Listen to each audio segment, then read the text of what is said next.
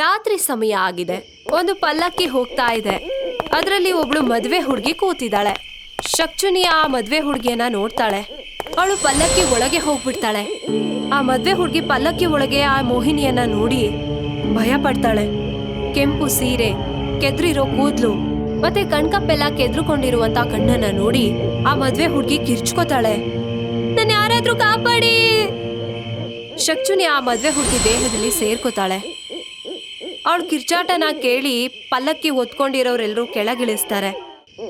ಅವರು ನೋಡಿದಾಗ ಆ ಮದ್ವೆ ಹುಡುಗಿ ತಲೆ ಬಗ್ಗಿಸ್ಕೊಂಡು ಕೂತಿರ್ತಾಳೆ. ಏನಾದ್ರೂ ತೊಂದರೆ ಇದೆಯಾ? ದಯವಿಟ್ಟು ನಂಗೆ ಹೇಳಿ.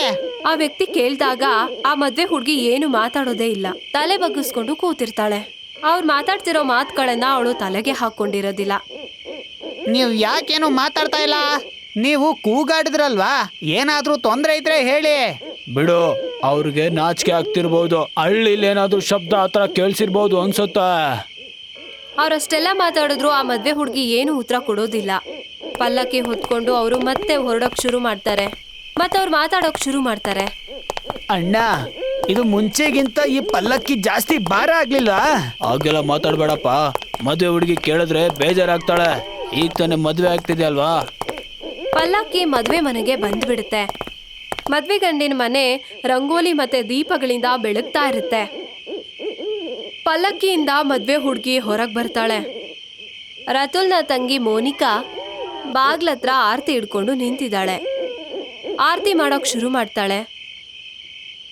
ಅದ್ಕೆ ನಿಮ್ ತಲೆನೇ ಸ್ವಲ್ಪ ಮೇಲೆತ್ತೀರಾ? ಮೋನಿಕಾ ಹೇಳಿದನ್ನ ಮದ್ವೆ ಹೆಣ್ಣು ಇಶಿತಾ ಅವಳ ಕತ್ತನ್ನ ಮೇಲೆತ್ತೋದಿಲ್ಲ. ಮೋನಿಕಾ, ಅವಳಿಗೆ ತೊಂದರೆ ಕೊಡ್ಬೇಡ, ಅವಳಿಗೆ ನಾಚಿಕೆ ಆಗ್ತಿರುತ್ತೆ. ಮೋನಿಕಾ ಆರತಿ ಮಾಡ್ತಾ ಇರ್ತಾಳೆ. ಮತ್ತೆ ಕಳಶವನ್ನ ಅವಳ ಮುಂದೆ ಇಡ್ತಾಳೆ. ಮದ್ವೆ ಹುಡ್ಗಿ ಆ ಕಳಶವನ್ನ ಒದಿತಾಳೆ. ಅವಳು ಆ ಕಳಶವನ್ನ ಒದ್ದು ಕೂಡ್ಲೆ ಆ ಕಳಶ ಗಾಳಿಯಲ್ಲಿ ತೇಲ್ಕೊಂಡು ದೂರ ಹೋಗಿ ಬಿದ್ದೋಗ್ಬಿಡುತ್ತೆ. ಎಲ್ರೂ ಕೂಡ ಶಾಕ್ ಆಗ್ತಾರೆ. ಬೆಳಗಿನ ಸಮಯ. ರತುಲ್ ಮನೆಯಲ್ಲಿ ಎಲ್ರೂ ಕೂಡ ನಿಂತಿದ್ದಾರೆ. ಮತ್ತವ್ರೆಲ್ರೂ ನೋಡ್ತಾರೆ. ಉಲ್ಟಾ ಪಾದದ ಹೆಜ್ಜೆ ಗುರುತು ಅಲ್ಲಿ ಕಾಣಿಸ್ತಾ ಇರುತ್ತೆ. ಅದು ಕೂಡ ಕೆಂಪಗಿರುತ್ತೆ. ಈ ಕೆಂಪಗಿರುವಂತ ಪಾದದ ಗುರುತು ಯಾಕೆ ಉಲ್ಟಾ ಇದೆ?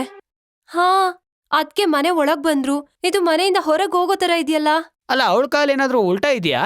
ಒಳ್ಳೇದನ್ ಮಾತಾಡೋ. ನನ್ ಸೊಸೆ ಏನ್ ದೆವ್ವನ ಅವಳ ಕಾಲು ಉಲ್ಟಾ ಇರೋದಕ್ಕೆ? ಹಾಗಿದ್ರೆ ಇದ್ ಯಾರ್ ಕಾಲಿನ ಗುರುತು? ಅಮ್ಮ, ನಿಂಗ್ ನೆನ್ಪಿದ್ಯಾ ನಿನ್ನೆ ಅದ್ಕೆ ಕಳಶನ ಒದ್ರಲ್ಲ, ಅದ್ ಗೊತ್ತಾ? ಕಳಶ ಎಷ್ಟು ದೂರ ಹೋಗ್ಬಿಡ್ತು ಅಂತ. ಅದು ಕೂಡ ಅದ್ಕೆ ನಿಧಾನಕ್ಕೇನೆ ಒದ್ದಿದ್ರು. ಹಾ, ಅದು ನನಗೂ ನೆನ್ಪಿದೆ ಕಣೆ. ಅದ್ಕೆ ಕಾಲು ಉಲ್ಟಾ ಇದೆ ಅಂದ್ಮೇಲೆ ಅಣ್ಣಂಗೆ ತುಂಬಾ ತೊಂದ್ರೆ ಆಗುತ್ತೆ ಅನ್ಸುತ್ತೆ. ಅಣ್ಣ ಕಾಶ್ಮೀರ್ ಹೋಗ್ಬೇಕು ಅನ್ಕೊಂಡ್ರೆ ಅವರು ಕನ್ಯಾಕುಮಾರಿ ಕರ್ಕೊಂಡು ಹೋಗ್ಬಿಡ್ತಾರೆ. ರತುಲ್ ಅವನ ಪತ್ನಿ ಇಶಿತಾ ಕಡೆ ಹೊರಡ್ತಾನೆ. ಮತ್ತ ಅವಳ ಕಾಲನ್ನ ದುರ್ಗುಟ್ಕೊಂಡು ಅವನು ನೋಡ್ತಾನೆ. ಯಾಕಾಗ್ ನೋಡ್ತಾ ಇದ್ದೀರಾ? ಇಲ್ಲ, ಏನೂ ಇಲ್ಲ. ಸುಮ್ನೆ ಹಾಗೆ ನಿನ್ನ ನೋಡ್ತಾ ಇದ್ದೆ. ಚೆನ್ನಾಗಿದೆ ನೀನು ಉಟ್ಕೊಂಡಿರೋ ಸೀರೆ. ನೀವು ನನ್ ಕಾಲ್ ಉಲ್ಟಾ ಇದ್ಯಾ ಇಲ್ವಾ ಅಂತ ನೋಡ್ತಾ ಇದ್ದೀರಾ ಅನ್ಸುತ್ತೆ. ಇಲ್ಲ ಇಲ್ಲ, ಅಲ್ಲ ನಿನ್ಗ್ಯಾಕೆ ಈ ತರ ಅನ್ನಿಸ್ತು? ಇಲ್ಲ, ನೀವು ಹೊರಗಡೆ ಮಾತಾಡ್ತಾ ಇದ್ರಲ್ವಾ ಬಾಗ್ಲತ್ರ ಉಲ್ಟಾ ಪಾದದ ಗುರುತಿನ ಬಗ್ಗೆ, ಅದಕ್ಕೆ ಕೇಳ್ದೆ ನಾನು. ಅಯ್ಯೋ, ನೀನ್ ಯಾಕೆ ಆತರಲ್ಲ ಅನ್ಕೋತೀಯಾ? ಇವತ್ತು ರತುಲ್ ನಮ್ಮ ಮನೆಯಲ್ಲಿ ಅವನ್ ಹೆಂಡತಿ ಮೊದಲನೇ ಸಲ ಅಡ್ಗೆ ಮಾಡ್ತಿದ್ದಾಳೆ. ಇಶಿತಾ ಎಲ್ರಿಗೂ ಸಿಹಿಯನ್ನ ಮಾಡ್ತಿದ್ದಾಳೆ. ಆಗ ಪಕ್ಕದ ಮನೆಯ ಮೀನು ಆ ಮನೆಗ್ ಬರ್ತಾಳೆ. ಬಾ ಮೀನು, ನೀನು ಒಳ್ಳೆ ಸಮಯಕ್ಕೆ ಬಂದಿದ್ಯಾ. ಇವತ್ತು ನನ್ ಸೊಸೆ ಅಡ್ಗೆ ಮಾಡ್ತಿದ್ದಾಳೆ ಕಣೆ. ನೀನು ತಿನ್ಬಿಟ್ ಹೇಳು ಹೇಗ್ ಮಾಡಿದಾಳೆ ಅಂತ ನನ್ ಸೊಸೆ ಅಡ್ಗೆನ. ರತುಲ್, ನೀನ್ ಯಾಕಪ್ಪ ಇಲ್ಲೇ ನಿಂತಿದ್ಯಾ? ಹೋಗು, ಇಶಿತಾಗೊಂಚೂರು ಸಹಾಯ ಮಾಡು. ಅಡ್ಗೆ ಮಾಡೋದು ಅವಳಲ್ವಾ? ಅಲ್ಲ, ನಾನೋಗಿ ಏನ್ ಹೆಲ್ಪ್ ಮಾಡ್ಲಿ ಹೇಳಿ? ಮತ್ತೆ ಹಾಗೆ ಅಡ್ಗೆ ಮಾಡುವಂತ ಕೆಲ್ಸ ನಂದಲ್ಲ ಬಿಡಿ. ರತುಲ್, ಏನಪ್ಪ ಹೇಳ್ತಿದ್ಯಾ? ಗಂಡಸ್ರು ಅಡ್ಗೆ ತಿನ್ಬೋದು, ಆದ್ರೆ ಅಡ್ಗೆ ಮಾಡಂಗಿಲ್ವಾ? ಹುಟ್ಟಾಗ ಹುಡ್ಗಿರ್ಗೂ ಏನ್ ಅಡ್ಗೆ ಬರೋದಿಲ್ಲ, ಮತ್ತೆ ಹುಡ್ಗುರ್ಗೂ ಬರೋದಿಲ್ಲ. ನೀನೇನ್ ಅನ್ಕೊಂಡಿದ್ಯಾ? ಹುಟ್ಟಾನೆ ಏನ್ ಅವ್ರಿಗೆ ಕಳ್ಸ್ಬಿಟ್ಟಿರ್ತಾನ ದೇವ್ರು? ನಾನ್ ನಿಮ್ ಪ್ರಶ್ನೆಗೆ ಉತ್ತರ ಕೊಡೋದಕ್ಕಿಂತ ನಾನು ನನ್ನ ಹೆಂಡತಿಗೆ ಸಹಾಯ ಮಾಡಕ್ ಹೋಗ್ತೀನಿ. ಸುಮ್ನಿದ್ ಬಿಡಿ. ರತುಲ್ ಇಶಿತಾಗೆ ಸಹಾಯ ಮಾಡೋಕೆ ಅಂತ ಕಿಚನ್ ಕಡೆ ಹೊರಡ್ತಾನೆ. ಅವ್ನ್ ನೋಡ್ತಾನೆ, ಅವಳು ಸೌಟಲ್ಲಿ ಪಾಯಸನ ತೆಗಿತಾ ಇರಲ್ಲ, ಬದ್ಲಾಗಿ ತನ್ನ ಕೈಯಲ್ಲೇ ಆ ಬಿಸಿ ಪಾಯಸನ ತೆಗ್ದು ಹಾಕ್ತಾ ಇರ್ತಾಳೆ. ಅದನ್ನ ನೋಡಿ ರತುಲ್ಗೆ ಭಯ ಆಗುತ್ತೆ. ಏನ್ ಮಾಡ್ತಾ ಇದ್ಯಾ ನೀನು? ನಿನ್ ಕೈ ಸುಟ್ಟೋಗುತ್ತೆ ಕಣೆ.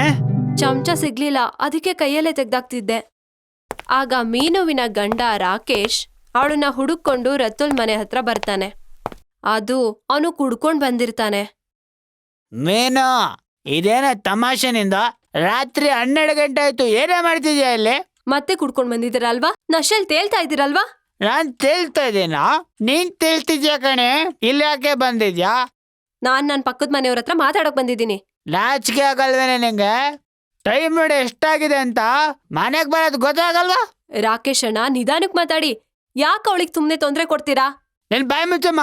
ನನ್ನ ಹೆಂಡ್ತಿ, ನನ್ನ ಹೆಂಡ್ತಿಗೆ ನಾನು ಏನ್ ಬೇಕಾದ್ರೂ ಹೇಳ್ತೀನಿ. ರಾಕೇಶ್, ನೀನ್ ದಿನ ಕುಡ್ಕೊಂಡ್ ಬರ್ತೀಯ. ನಿನಗ್ ನನ್ನ ದಂಡ್ಸೋ ಹಕ್ಕಿಲ್ಲ. ಹಕ್ಕಿಲ್ವಾ? ನೀನು ನನ್ನ ಹೆಂಡ್ತಿ ಕಣೆ. ಇರೇ ನಿನಗೆ ಅಕ್ಕನ ಬಗ್ಗೆ ತಿಳಿಸ್ತೀನಿ. ರಾಕೇಶ್ ನೀಲು ಮೇಲೆ ಕೈ ಮಾಡೋಕೆ ಅಂತ ಬರ್ತಾನೆ. ಆಗ ಇಶಿತಾ ಅವಳ ನಿಜವಾದ ರೂಪಕ್ಕೆ ಬರ್ತಾಳೆ. ಕೆಂಪು ಸೀರೆ, ಕೆದ್ರುಕೊಂಡಿರುವಂತ ಕೂದ್ಲು ಮತ್ತೆ ಕಾಜಲ್ ತುಂಬಾ ಕೆದ್ರೋಗಿದೆ. ಆ ಮನೇಲಿದ್ದವರೆಲ್ಲರೂ ನೋಡಿ ಭಯ ಪಡ್ತಾರೆ. ಶಕ್ಚುನಿ ಭಯಂಕರವಾದ ನಗುವಿನ ಜೊತೆಗೆ ರಾಕೇಶ್ ಹತ್ರ ಬರ್ತಾ ಇರ್ತಾಳೆ ನಿಧಾನವಾಗಿ. ಶಕ್ಚುನಿನ ನೋಡಿ ಮೀನು ಕೂಡ ಹೆದರ್ಕೊಂಡ್ಬಿಡ್ತಾಳೆ. ಮತ್ತೆ ಅವಳ ಪತಿ ರಾಕೇಶ್ನಿಂದ ದೂರ ಹೋಗ್ಬಿಡ್ತಾಳೆ. ಶಕ್ಚುನಿ ಪ್ರತಿ ಸಲನೂ ಭಯಂಕರವಾದ ರೀತಿಯಲ್ಲಿ ನಗ್ತಾ ಇರ್ತಾಳೆ. ಆ ಭಯಂಕರ ನಗು ಇಡೀ ಊರನ್ನೇ ಕೇಳಿಸ್ತಾ ಇರುತ್ತೆ. ಶಕ್ಚುನಿ ರಾಕೇಶ್ ಹತ್ರ ಬಂದು ನಿಂತ್ಕೋತಾಳೆ. ಮತ್ತ ಅವನ ಕತ್ತನ್ನ ಹಿಡ್ಕೊಂಡು ಗಾಳಿಯಲ್ಲಿ ಮೇಲೆತ್ತಾಳೆ. ರಾಕೇಶ್ ಸ್ವಲ್ಪ ಕ್ಷಣದಲ್ಲೇ ಸತ್ ಹೋಗ್ಬಿಡ್ತಾನೆ. ಆ ಶಕ್ಚುನಿ ಅವನ ರಕ್ತನ ಹೀರಿ ಕುಡಿತಾಳೆ. ಸ್ವಲ್ಪ ಹೊತ್ತಾದ್ಮೇಲೆ ಇಶಿತಾ ತಲೆ ಸುತ್ತಿ ಅಲ್ಲೇ ಕೆಳಗೆ ಬಿದ್ಬಿಡ್ತಾಳೆ. ನನ್ನ ಅದ್ಕೆ ಶಕ್ಚುನಿನ. ನನ್ನ ಹೆಂಡತಿ ರಕ್ತ ಕುಡಿತಾಳ? ಅಣ್ಣ, ಅವಳೆಲ್ರೂ ರಕ್ತ ಕುಡಿತಾಳ? ನಿನಗ್ ಗೊತ್ತಾ ಅವಳು ಶಕ್ಚುನಿ? ಹಳ್ಳಿಯ ಎಲ್ಲಾ ಜನರು ಊರಿನ ಮುಖ್ಯಸ್ಥರ ಮನೆಗ್ ಬರ್ತಾರೆ. ಮತ್ತೆ ರಾಕೇಶ್ ತೀರ್ಕೊಂಡಂತ ಪೂರ್ತಿ ಕಥೆಯನ್ನ ಮುಖ್ಯಸ್ಥರಿಗೆ ಹೇಳ್ತಾರೆ. ಮತ್ತಲ್ಲಿರೋರೆಲ್ಲರೂ ತುಂಬಾ ಭಯ ಪಡ್ತಾ ಇದ್ದಾರೆ. ಪ್ರಧಾನ್ರೆ, ತುಂಬಾ ದಿನದಿಂದ ಆ ಮರದ ಹತ್ರ ಶಕ್ಚುನಿ ಕಾಣಿಸ್ತಾ ಇರ್ಲಿಲ್ಲ. ನಾವೆಲ್ಲ ಅನ್ಕೊಂಡ್ವಿ ಅವಳು ಊರ್ ಬಿಟ್ಟು ಹೋಗಿದ್ದಾಳೆ ಅಂತ. ಆದ್ರೆ ಅವಳು ನೋಡಿದ್ರೆ ನನ್ನ ಹೆಂಡತಿ ಶರೀರದಲ್ಲಿ ಪ್ರವೇಶ ಮಾಡಿದಾಳೆ. ನಿನಗೆ ಹೇಗಪ್ಪ ಗೊತ್ತೋ ನಿನ್ನ ಹೆಂಡತಿ ದೇಹದಲ್ಲಿ ಶಕ್ಚುನಿನೇ ಇದ್ದಾಳೆ ಅಂತ? ನಿನ್ನೆ ನಾನು ನನ್ನ ಕಣ್ಣಾರೆ ನೋಡ್ದೆ. ಆ ಕೆದ್ರಿರೋ ಕೂದ್ಲು, ಕಾಜಲೆಲ್ಲ ಕೆದ್ರಿಕೊಂಡಿರೋದು ತುಂಬಾ ಭಯಾನಕವಾಗಿದ್ಲು. ಹಾಗಾದ್ರೆ ನೀನು ಮೇಕಪ್ ಮಾಡ್ದಿರೋ ಟೈಮಲ್ಲಿ ನೋಡಿದ್ಯಾ ಅನ್ಸುತ್ತೆ. ಇಲ್ಲ ಪ್ರಧಾನ್ರೆ, ಅವಳು ಎಲ್ಲರ ಮುಂದೆ ಬಂದು ರಾಕೇಶ್ನ ಸಾಯಿಸಿ ಅವನ್ ರಕ್ತನ ಕುಡಿದ್ಲು. ಆ ಊರಿನ ಪ್ರಧಾನರು ಈ ಮಾತನ್ನ ಕೇಳಿ ಹೆದರ್ಕೊಂಡ್ಬಿಡ್ತಾರೆ. ಆಗ ಊರಲ್ಲಿ ವಾಸ ಮಾಡ್ತಿದ್ದಂತ ರಾಮು ಅವ್ರ ಹತ್ರ ಬರ್ತಾನೆ. ಪ್ರಧಾನ್ರೆ, ಬೇಗ ಬನ್ನಿ. ಆ ಆನಂದು ತನ್ನ ಮನೆಯಲ್ಲಿ ಮತ್ತೆ ಜಗಳ ಶುರು ಮಾಡಿದಾನೆ. ಅಯ್ಯೋ, ಆ ಮೂರ್ಖಂಗೆ ಸಲ ಹೇಳಿದ್ರು ಹೀಗೆ ಮಾಡ್ತಾನೆ. ಆನಂದು ಅವ್ರ ಹೆಂಡತಿಗೆ ಚೆನ್ನಾಗಿ ಹೊಡೆದಿದ್ದಾನೆ. ಮತ್ತೆ ಅವ್ರ ಹೆಂಡತಿ ಪಂಚಾಯತ್ಗೆ ಸೇರಿಸಿದಾಳೆ. ಸರಿ, ನಡಿ ನಡಿ ನಡಿ. ಪ್ರಧಾನರು ಮತ್ತೆ ರಾಮು ಆನಂದ್ ಮನೆ ಕಡೆ ಬರ್ತಾರೆ. ಅವ್ರು ನೋಡ್ತಾರೆ, ಆನಂದ್ ಹೆಂಡತಿ ರುಮಾ ನೆಲದ ಮೇಲೆ ಕೂತ್ಕೊಂಡು ಅಳ್ತಾ ಇರ್ತಾಳೆ. ರುಮಾ, ಇದೆಲ್ಲ ಏನಮ್ಮ ಡ್ರಾಮ? ಇಡೀ ಹಳ್ಳಿಲಿ ನಿಂತರ ಯಾರು ಕೂಡ ಗಂಡನ ಮೇಲೆ ಚಾಡಿನೇ ಹೇಳಲ್ಲ ಗೊತ್ತಾ? ಪ್ರತಿ ಸಲ ನೀನ್ ಯಾಕಮ್ಮ ಅವನಿಗೆ ತೊಂದರೆ ಕೊಡ್ತೀಯಾ? ನಾನ್ ತೊಂದ್ರೆ ಕೊಡ್ತಿದ್ದೀನಾ? ಆನಂದ್ ನಂಗೆ ಹೊಡೆದಿದ್ದಾನೆ ನೋಡಿ ಈ ಮಾರ್ಕನ್ನ. ಸುಮ್ನಿರೆ, ನಾನ್ ನಿನ್ಗೆ ಬರೀ ಧಮ್ಕಿ ಹಾಕಿದಷ್ಟೇ. ನೀನ್ ನೋಡಿದ್ರೆ ಇಡೀ ಊರನ್ನೇ ಸೇರ್ಸಿದ್ಯಲ್ಲೇ. ಅರೆ ಅದಕ್ಕೆ ಗಂಡನ ಕೈ ಅಂತೂ ನಿಮ್ ಮೇಲೆ ಬಿಲ್ದೇ ಬೀಳುತ್ತೆ, ಅದಕ್ಕೆಲ್ಲ ನೀವು ಅಳ್ತಾರ ಹೇಳಿ? ಹಾಗಾದ್ರೆ ಹೆಂಡತಿಗೆ ಏನು ಬೆಲೆನೇ ಇಲ್ವಾ? ಹೆಂಡತಿಯ ಕೆಲ್ಸ ಮನೆಯನ್ನ ನಡೆಸೋದಷ್ಟೇ. ನೀನ್ ಯಾಕೆ ಮಾತ್ಗೆ ಜಗಳ ಆಡ್ತೀಯಾ? ಪ್ರಧಾನ್ರೆ, ನೀವು ನನ್ನ ತಪ್ಪಾಗಿ ಅರ್ಥ ಮಾಡ್ಕೊಂಡಿದ್ದೀರಾ. ನಾನ್ ಅವನ್ನ ಹೊಡೆಯಕ್ ಹೋಗಿಲ್ಲ, ಅವನೇ ನಂಗೆ ಹೊಡಿತಾ ಇದ್ದ. ರತುಲ್ ಅವನ ಪತ್ನಿ ಇಶಿತಾ ಜೊತೆ ಮನೆಯಲ್ಲಿ ಕೂತ್ಕೊಂಡಿದ್ದಾನೆ.